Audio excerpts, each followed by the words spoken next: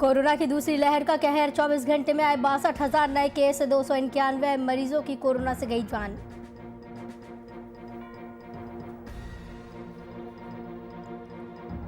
Road safety tournament के बाद सचिन तेंदुलकर हुए कोरोना संक्रमित, खुद को किया होम क्वारंटाइन, अपने ट्विटर हैंडल से ट्वीट कर दी जानकारी।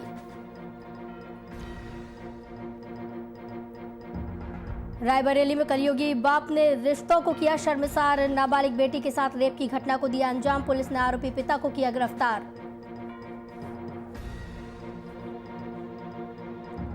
मधुपुर उपचुनाव में गंगा नारायण बीजेपी उम्मीदवार, गंगा नारायण 30 को करेंगे नामांकन, बीजेपी ने किया जीत का दावा।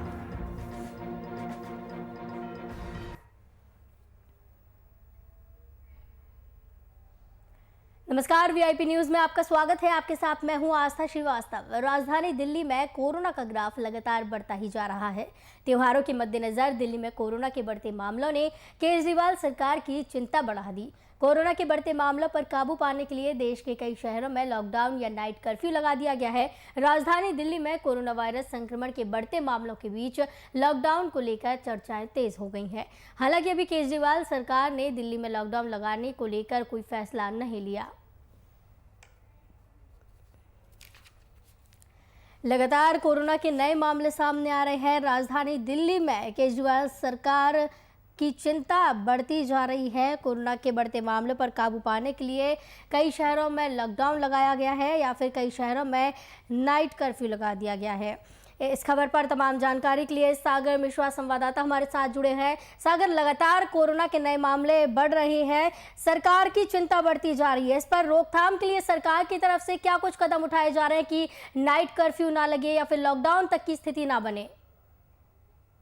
बिल्कुल आशा, देखिए जिस तरह से पाबंदियां लगातार सरकार बढ़ाई चली जा रही है, वो पाबंदियां आने वाले समय में बड़ी पाबंदियों में भी तब्दील हो सकती हैं। जैसा कि लॉकडाउन का जिक्र लोगों की जुबान पर आमतौर पर आप सुनते होंगे, लेकिन आपसे अगर बात की जाए मामलों की, तो पिछले 24 घंटों में यानी कि शुक्रवार के दिन के आंकड़े जो है 62,276 नए मरीज मिले हैं शुक्रवार को। 341 ठीक हुए, लेकिन 292 लोगों की मौत हो गई। एक दिन में 36,902 संक्रमित मिले। महाराष्ट्र के हालात कुछ ऐसे हैं, देखा जाए तो 31,000 से ज्यादा की बढ़ोतरी हो रही है हर दिन एक्टिव केस में। और यही वजह है कि जो एक्टिव केस की रफ्तार धीमी पड़ गई थी, लगातार एक बार फिर से वही रफ्तार बढ़ने लगी है। और 1.19 करोड़ लोग अभी तक ओवरऑल कोरोना की चपेट में आ चुके हैं। ये आंकड़ा बहुत अधिक है, मतलब कि 1,20,00,000 लोग अगर कोरोना की चपेट में, तो जाहिर सी बात है कि ऐसे में कोरोना तो और अभी आगे फैलेगा ही। आस्था जी, जिस तरीके से नए मामलों में बढ़ोतरी हो रही है, लगातार नए मामले सामने आ रहे हैं, इसी बीच लॉकडाउन लगाने को लेकर स्वास्थ्य मंत्री ने आज बयान दिया है। उन्होंने कहा है कि लॉकडाउन की स्थिति नहीं बनेगी, लॉकडाउन नहीं लगाया जा रहा है।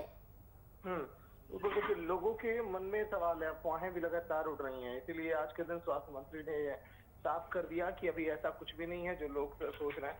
लेकिन अगर पाबंदियों में जो ढील जो दी जा रही है थोड़ी सी, अगर लोग उसका नाजायज फायदा अगर उठाए या फिर गाइडलाइनों का अगर लोग पालन नहीं किए, तो शायद थोड़ी सख्ती यहाँ पर भी बरती जाएगी। यूपी में भी देखी जाएगी, अन्य राज्यों में भी देखी जाएगी, जहाँ पर हालात अभी बेकाबू हो रहे हैं जी। और आप अगर पाबंदियां अगर लगाएगी तो फिर पंजाब का हाल आप देख रही हैं, महाराष्ट्र का हाल आप देख रही हैं जी। इसी तरह के हालात कुछ यहाँ पे भी दिखाई देंगे, क्योंकि यूपी अगर बात की जाए तो एक सबसे बड़ा राज्य जनसंख्या की आबादी से जी, इसलिए लोगों को यहाँ पर अधिक सतर्क होना चाहिए।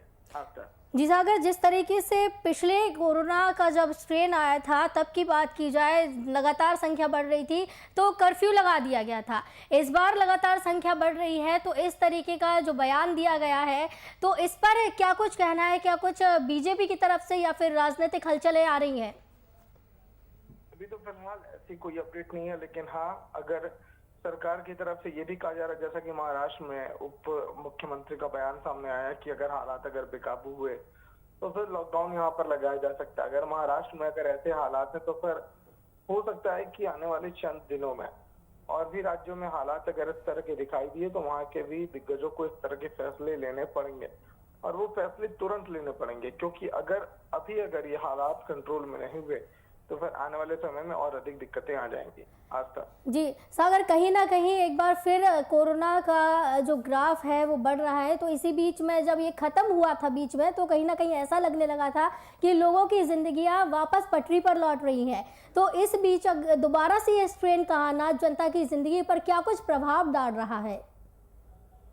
जी देखिए, जिस तरह से कोरोना ने जनजीवन को प्रभावित किया, सहाय मौतें, दर्द की तस्वीरें हमने देखी, वो दौर एक बार फिर से आम जनता नहीं देखना चाहती। इसलिए लोगों का यही कहना है कि ऐसा अब ना हो और हालात अब फिर से ना बिगड़े। इसलिए आम जनता भी अपनी तरफ से लगातार यही कोशिश कर रही है कि कैसे ये करके इस बार इस कोरोना को रोका जाए। जी सागर, लेकिन इसी बीच देखा जा रहा है कि जनता की तरफ से काफी ढील देखने को मिल रही है। कोरोना की जो गाइडलाइन दी गई हैं उनका पालन जनता की तरफ से नहीं किया जा रहा है। बिल्कुल, देखिए जिस तरह से आम जनता नियमों की धज्जियां उड़ा रही है, यही ढिलाई अब उनको भारी पड़ेगी आने वाले समय में। अगर अभी जो पाबंदियां दी जा रही हैं उस पर अगर उन लोगों ने ध्यान नहीं दिया तो जी आम जनता जो पाबंदियों का नाजायज फायदा उठा रही है और जो ढील जो दी जा रही है उसका उसकी अगर मजाक अगर उड़ा रही, तो फिर देखिए चिंता की बात है। और आम जनता अपनी जान जोखिम में खुद ही डाल रही है, क्योंकि सरकार अपना काम कर रही है, प्रशासन अपनी तरफ से मुस्तैद है, क्योंकि एक एक इंसान को समझाना कोरोना के बारे में संभव नहीं है। और इसीलिए आम जनता को खुद ही जागरूक होना चाहिए, समझना चाहिए। जी बहुत बहुत धन्यवाद सागर मिश्रा, हमारे साथ खबर की तमाम जानकारी के लिए जुड़े हुए हैं। तो लगातार जनता को इस मामले पर सावधानी बरतने की जरूरत है। 24 घंटे में 62,000 केस राजधानी दिल्ली में देखने को मिल रहे हैं। लगातार कोरोना के नए मामलों में बढ़ोतरी होती जा रही है। Cricketer Sachin Tendulkar corona virus से संक्रमित हो गए। उन्होंने शनिवार को ट्वीट कर इसकी जानकारी दी। तेंदुलकर ने खुद को घर में क्वारंटीन कर लिया। कोरोना पॉजिटिव पाए जाने के बाद सचिन तेंदुलकर ने कहा है कि उन्होंने खुद को होम क्वारंटीन किया है। इसके अलावा वो इस महामारी से संबंधित सभी जरूरी प्रोटोकॉल और डॉक्टर की सलाह पर अमल कर रहे हैं। कोरोना की जांच से सचिन तेंदुलकर का परिवार भी सुरक्षित है। सचिन के कोरोना पॉजिटिव पाए जाने के बाद पूरे परिवार का भी कोरोना टेस्ट कराया गया, जिसकी रिपोर्ट नेगेटिव आई।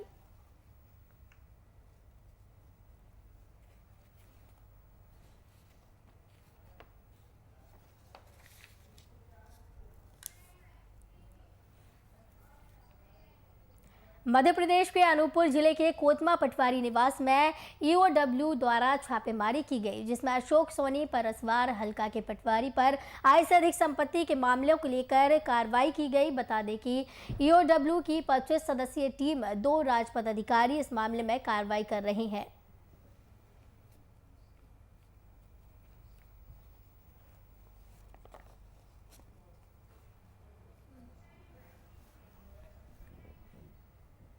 रायबरेली के लालगंज कोतवाली क्षेत्र के रिश्ते को कलंकित कर देने वाला मामला सामने आया है। आपको बता दें कि नशे में धुत एक पिता ने अपनी 7 साल की मासूम बच्ची को अपनी हवस का शिकार बना डाला। बच्ची की चीखने की आवाज़ सुनकर मौके पर पहुंची मां ने मामले की सूचना पुलिस को दी। पुलिस सूचना पाकर मौके पर पहुंची और आरोपी पिता को गिरफ्तार कर लिया और मां की शिकायत पर पुलिस ने मुकदमा दर्ज कर बच्ची को मेडिकल के लिए भेज दिया। फिलहाल पुलिस ने आरोपी पिता को गिरफ्तार कर आगे की कार्रवाई शुरू कर दी है।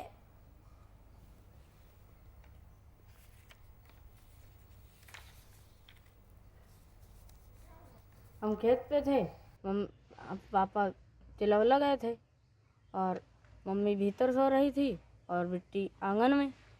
पापा आए, उसको लिए और हम खेत में थे, बाकी नहीं जानते। जब बिट्टी रोई तो मम्मी जानी बस। क्या बताया बहन ने आपको? यह है कि वो यहाँ पे पड़ी हुई थी और पापा ने कहा था कि वो कवा रही है और वो रो रही, तुम जाओ। एक महिला द्वारा तहरीर दी गई, जिसमें उसने आरोप लगाया कि 25 मार्च की रात को 11 बजे उसकी नाबालिग पुत्री के साथ उसके पति ने दुष्कर्म किया है। इस सूचना पर तत्काल संबंधित धाराओं में अभियोग पंजीकृत कर इंस्पेक्टर लालगंज द्वारा मौके पर घटनास्थल का निरीक्षण किया गया और पीड़िता को मेडिकल के लिए भिजवाया गया और आरोपी को गिरफ्तार कर आवश्यक विधिक कार्रवाई की।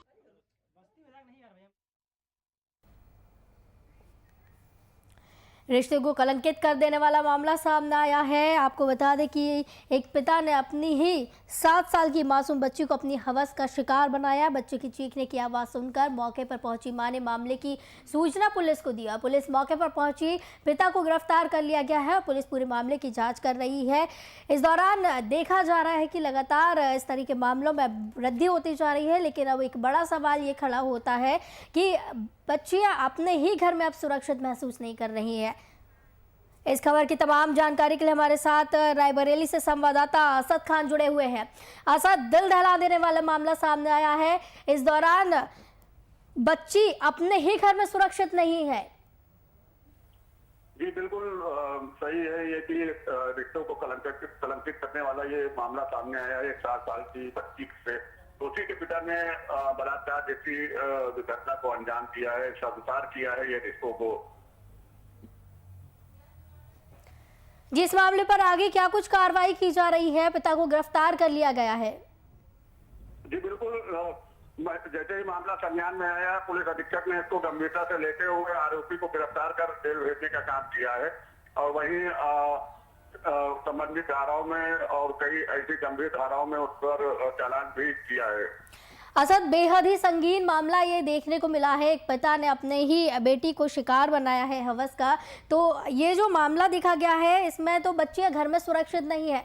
ऐसे मामलों पर रोकथाम के लिए प्रशासन की तरफ से क्या कुछ इंतजाम किए जा रहे हैं, क्या कुछ पहल की जा रही है कि लगातार बलात्कार के मामले कम हों? देखिए, नारी शक्तिकरण को लेकर जिस तरह से मामले चलाए जाते हैं, कहीं ना कहीं इन पर गंभीरता से जब कार्रवाई नहीं होती तो इस तरह के मामले जो है प्रकाश में आते हैं। इसको अगर गंभीरता से लिया जाए तो ये सब मामले प्रकाश में ना आए और कहीं ना कहीं से आरोपी इससे भयभीत होकर इस घटनाओं को अंजाम देने से डरे। कहीं ना कहीं अगर ऐसे मामलों पर सख्त कार्रवाई की जाएगी तब ऐसे मामलों पर रोक लग पाएगी या फिर थमेंगे। तो इस दौरान ये भी देखा जा रहा है कि जब तक पुलिस का डर लोगों में नहीं बनेगा तब तक ऐसे मामले बढ़ते रहेंगे। बिल्कुल, आपका कहना अगर सही है, लेकिन अगर बात पुलिस अधीक्षक शिव कुमार की जाए तो जिस तरह से वो थाने पर निर्देशित करते हैं वो काबिल तारीफ है, लेकिन थाने पे बैठे जो SHO हैं ये इसको गंभीरता से नहीं लेते और आए हुए मामलों को गंभीरता से नहीं लेते। इसी का खामियाजा है कि इस तरह के मामले निकल कर सामने आते हैं और रिश्तों को संपाद तो करते हैं और वहीं कहीं ना कहीं से विभाग को भी शर्मसार करने का काम भी करते हैं। इस मामले पर अगर बच्ची की बात की जाए, बेहद 7 साल की मासूम बच्ची थी, इसकी स्थिति किस तरीके की अभी बनी हुई है? देखिए, बच्चे को अस्पताल ट्रीटमेंट के लिए एडमिट करा दिया गया है, उसका उपचार चल रहा है। फिलहाल स्थिति उसकी इस समय सही है और उपचार उसका किया जा रहा है अस्पताल में। इस मामले के बाद मां का क्या कुछ कहना है? देखिए, जिस तरह से आरोप उसकी मां ने लगाया है वो कहीं ना कहीं से पिता के ऊपर जो आरोप लगा है वो शर्मसार करने वाला तो है ही है, लेकिन अब ये घटना जिस तरह से हुई है इस पर पुलिस अधीक्षक ने इसको गंभीरता से लेते हुए आरोपी को गिरफ्तार कर जेल भेजने का काम किया। बहुत बहुत धन्यवाद। रायबरेली से संवाददाता असद खान हमारे साथ जुड़े थे। इस खबर की तमाम जानकारी के लिए। दिल दहला देने वाला बेहद ही संगीन मामला इस दौरान देखने को मिला है। प्रतापगढ़ में अपराधियों के हौसले दिन पर दिन बुलंद होते जा रहे हैं। अपराधी एक के बाद एक आपराधिक घटनाओं को अंजाम दे रहे हैं। ताज़ा मामला प्रतापगढ़ से सामने आया, जहां बीजेपी बूथ अध्यक्ष की दबंगों ने हत्या कर दी। घटना कोहडोर थाना के पीठापुर गांव की है, जहां इलाके के दबंगों ने बीजेपी बूथ अध्यक्ष धीरेन्द्र सिंह की लाठी डंडे से पीट कर निर्मम हत्या कर दी। तो वही इस घटना की सूचना पुलिस को दी गई। मौके पर पुलिस पहुंची और पुलिस ने मृतक के शव को कब्जे में लेकर पोस्टमार्टम के लिए भेज दिया।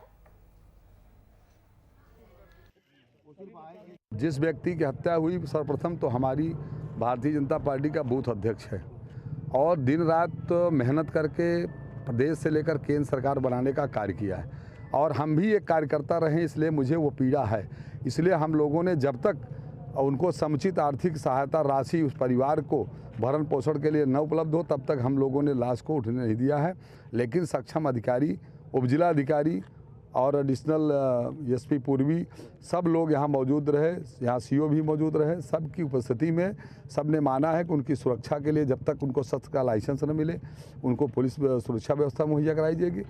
भगा दिए थे धीरेन्द्र बहादुर सिंह गांव पीठापुर के, वो भी आए और डांट फटकार दिए थे, मामला वहीं पे समाप्त हो गया था। सभी लोग चले गए थे। धीरेन्द्र बहादुर सिंह गांव के बाहर अपना वहाँ पे टहल रहे थे, जैसा लोगों ने बताया है। तो वो 2 व्यक्ति मोटरसाइकिल से वापस लौट करके आए हैं, इनके साथ मारपीट किए हैं और घर वालों को सूचना नहीं मिल पाई थी रात में। तो सुबह उनकी डेड बॉडी चगरोट पर पड़ी मिली थी।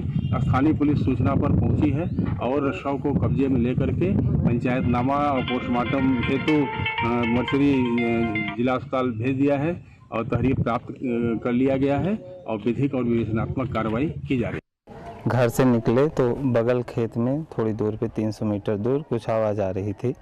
तो बगल गांव के पास ही हैं मंगापुर के, वो लोग किसी के खेत में गन्ना उन्ना तोड़ रहे थे। तो वही थोड़ा सा विवाद हुआ, तो वही गए पापा समझाने के लिए, तो बाद में शांत हो गया। तो उसके बाद जब लौटने लगे तो पीछे से जो है 2 बड़े बड़े डंडे थे और एक रॉड था, उससे जो है सर पे मारे और वहीं वो गिर के ख़त्म हो गए। क्या उन लोगों से पहले भी कोई रंजिश? नहीं, पहले कोई रंजिश नहीं थी। वो लोग इलीगल काम करते हैं, जैसे कि मतलब अवैध शराब बनाना और ये सब तस्करी वगैरह का पहले से ही वांछित हैं। जिसमें एक का नाम रंजीत सरोज है, मंगापुर का है, बाकी 2 उसके साथी थे। कोरोना के बढ़ते संक्रमण को देखते हुए राज्य सरकार ने सार्वजनिक जगहों पर होली, नवरात्रि, रामनवमी, शब बारात मनाने पर रोक लगा दी, जिसे लेकर बीती रात मुख्य सचिव सुखविदेव सिंह के हस्ताक्षर से आदेश जारी किया गया, जिसमें कहा गया है कि त्योहार के दौरान सार्वजनिक जगहों पर जमावड़ा लगाने और हर तरह के जुलूस पर रोक रहेगी। लोगों को अपने परिवार के साथ घरों में ही पर्व मनाने के लिए कहा गया है। तो वहीं 21 अगस्त 2020 को भारत निर्वाचन आयोग द्वारा जारी आदेश के अनुसार मधुपुर विधानसभा सीट के लिए उपचुनाव को लेकर राजनीतिक गतिविधियां संचालित की जा सकेंगी।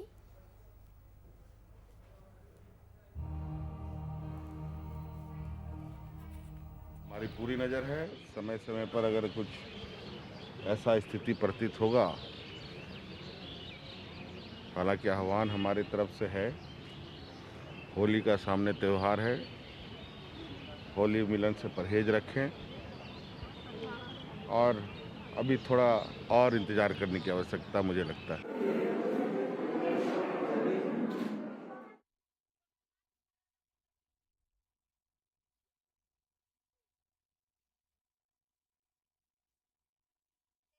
कोरोना के नए मामले बढ़ रहे हैं। सार्वजनिक जगहों पर होली, नवरात्रि जैसे त्योहारों पर मनाने के लिए रोक लगा दी गई है। तो इस रोक के बावजूद जनता अब किस तरीके से इन त्योहारों को मनाएगी?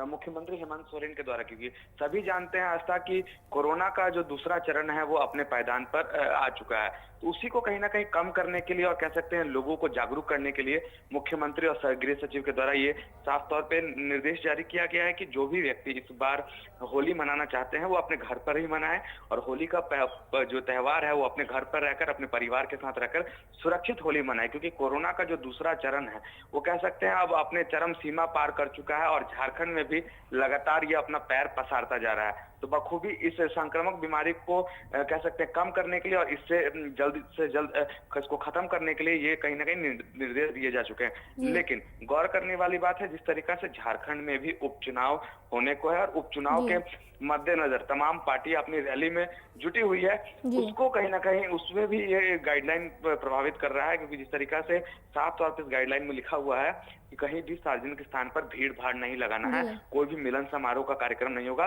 तो कह सकते हैं कि राज्य के जनता के हित के लिए राज्य सरकार ने इस निर्णय को लिया है और इस गाइडलाइन को फौरन जारी कर दिया गया है।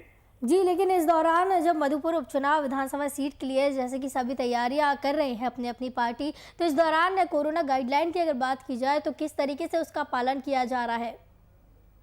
देखिए, सत्यता अगर बात बताएं तमाम दर्शकों को, तो सच्चाई यही है कि मधुपुर उपचुनाव को लेकर तमाम राजनीतिक पार्टियां, खुद सूबे के मुख्यमंत्री हेमंत सोरेन जाके मधुपुर का दौरा कर रहे हैं, लेकिन वहां पर जितने भी आला अधिकारी हैं, जितने भी नेतागण हैं, वो तो चलिए मानते हैं कि वो एक प्रोटोकॉल के तहत जाते हैं और वहां पर मास्क का सेवन करते हैं, सोशल डिस्टेंसिंग का पालन करते हैं, लेकिन उस चुनाव प्रचार के दौरान जो भीड़ इकट्ठा होती है जनता की, जो जनता उनके बीच जाते हैं, तो वहां पर कह सकते हैं बखूबी सोशल डिस्टेंसिंग की धज्जियां उड़ती है, मास्क लोग पहन के नहीं आते हैं, तो कह सकते हैं इससे संक्रमण का खतरा बेहद बढ़ता हुआ नजर आ रहा है। जी, एक तरफ तो गाइडलाइन जारी की गई है कि सभी त्योहार अपने घर में रहकर मनाएं, और दूसरी तरफ विधानसभा सीट के लिए जो तैयारियां की जा रही है, रैलियां की जा रही हैं, उसमें साफ तौर से पूरे गाइडलाइन की धज्जियां उड़ती हुई देखी जा रही हैं। बिल्कुल, ये ऐसा कह सकते हैं, क्योंकि जिस तरीका से त्योहारों को लेकर, क्योंकि रामनवमी, होली हो गया, दशहरा हो गया, ऐसे तमाम त्योहार हैं और कोरोना के बीच में त्योहारों का आना शुरुआत हुआ। और साल का सबसे बड़ा पर्व और हिंदू धर्म का सबसे बड़ा पर्व सभी लोग जानते हैं होली है, और होली बड़े धूमधाम से तमाम राज्यों में मनाई जाती है। लेकिन जिस तरीका से अब लोगों को समझना पड़ेगा, राज्य की जनता को समझना पड़ेगा, देश की जनता को समझना पड़ेगा, और हम भी उन तमाम दर्शकों से और राज्यवासियों से अपील करते हैं कि इस बार का जो होली है वो अपने घर पर रह के मनाएं। चुनाव अपनी जगह है और अपना सेहत अपनी जगह है, तो कह सकते हैं चुनाव और त्योहार और अपनी सेहत को, तीनों चीज को अगर मिला के देखें तो सबसे बेहद जरूरी इस बात को है कि कोरोना को हल्के में नहीं आंकना है, और इस बार होली अपने घर पर ही मनाकर कह सकते हैं अपने परिवार को सुरक्षित करना है। जी, बहुत बहुत धन्यवाद। शिवम कुमार रांची से हमारे साथ जुड़े थे इस खबर की तमाम जानकारी के लिए। तो शब-ए बारात, रामनवमी, नवरात्रि जैसे त्योहारों को मनाने पर रोक लगा दी गई है। मुख्य सचिव सुखदेव सिंह के हस्ताक्षर के बाद ये आदेश जारी किया गया।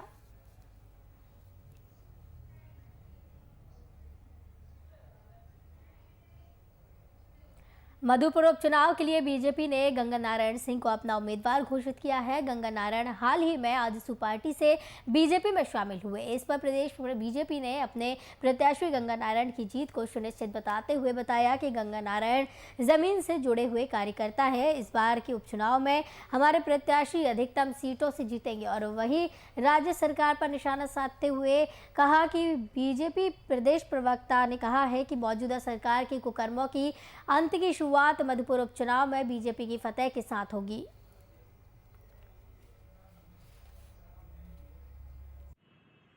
पिछले चुनाव में जब साफ दो दलों के बीच में, दो गठबंधनों के बीच में मुकाबला था, भारतीय जनता पार्टी और उसके सामने यूपीए गठबंधन था, उसके बावजूद आजसू के टिकट पर चुनाव लड़कर गंगा जी ने 46,000 से ज़्यादा वोट प्राप्त किए थे। उनका अपना जनाधार है उस क्षेत्र में, उस क्षेत्र की जनता के सुख दुख से वो लगातार जुड़े रहे हैं। और जब उनके साथ भाजपा का परंपरागत वोट बैंक जो है वो जुड़ जाएगा तो वो हमारी एक अजय लीड हो जाएगी। और ऐसे भी हम मानते हैं कि इस सरकार के कुकर्मों के अंत की शुरुआत मधुपुर चुनाव में भाजपा के फतेह के साथ होगी।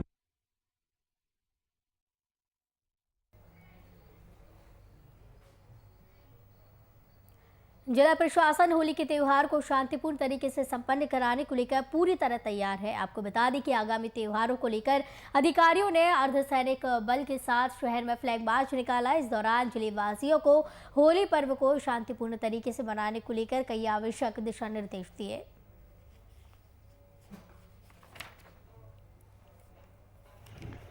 फ्लैग मार्च निकाला जा रहा है और कल जैसा कि आपको पता है कि होली और शब-ए बारात, होलिका दहन शब-ए बारात एक ही साथ है और इसीलिए संवेदनशील मामला है और आगे पंचायत चुनाव भी है। इस मामले की संवेदनशीलता को देखते हुए निर्णय लिया गया है कि हम लोग पूरे ज़िले में फ्लैग मार्च निकालेंगे, जिसमें कि सभी वरीय पदाधिकारी, BDO, CO सभी थाना प्रभारी रहेंगे, ताकि अगर कोई शरारती तत्व कुछ करने की सोच भी रहे हैं तो उस समाज में साहस नहीं करता।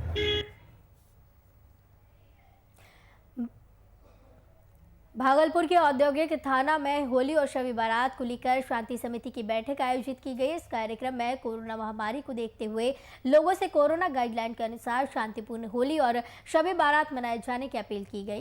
तो वहीं इस दौरान पुलिस पदाधिकारी ने कहा कि होली में डीजे पर पूरी तरीके से रोक लगाई गई है।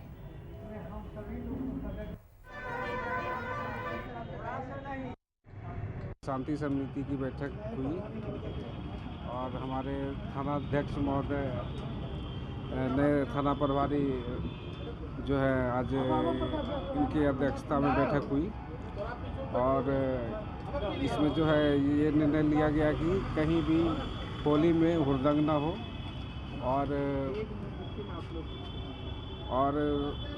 उसी दिन शब-ए बारात है, उस दिन भी यानी कि पुलिस की गश्ती रहेगी और सभी पंचायतों में हमारे पुलिस जवान जाएंगे और सुरक्षा की कड़ी निगरानी रखेंगे।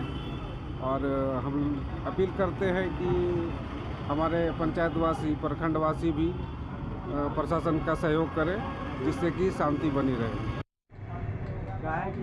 होली है ना।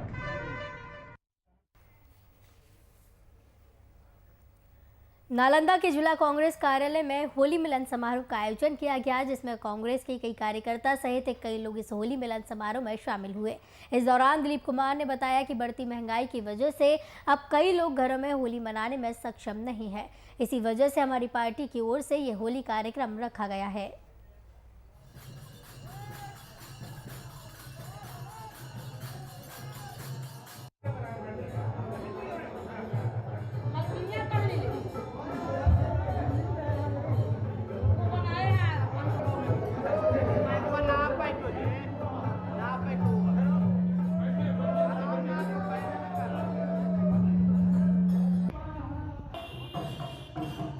कांग्रेस कमेटी के कार्यालय राजेंद्र आश्रम में जिला कांग्रेस कमेटी के सभी पदाधिकारी, मोर्चा संगठन के सभी अध्यक्ष एवं कार्यकर्तागण मिलकर आपस में हम लोग होली मिलन का त्योहार मना रहे हैं।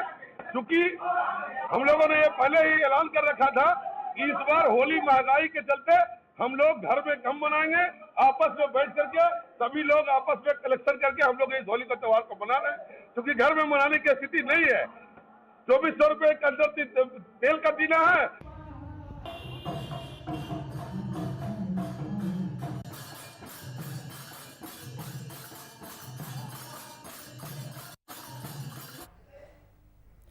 VIP न्यूज़ के बुलेटिन में फिलहाल इतना ही। मुझे दीजिए इजाजत। नमस्कार।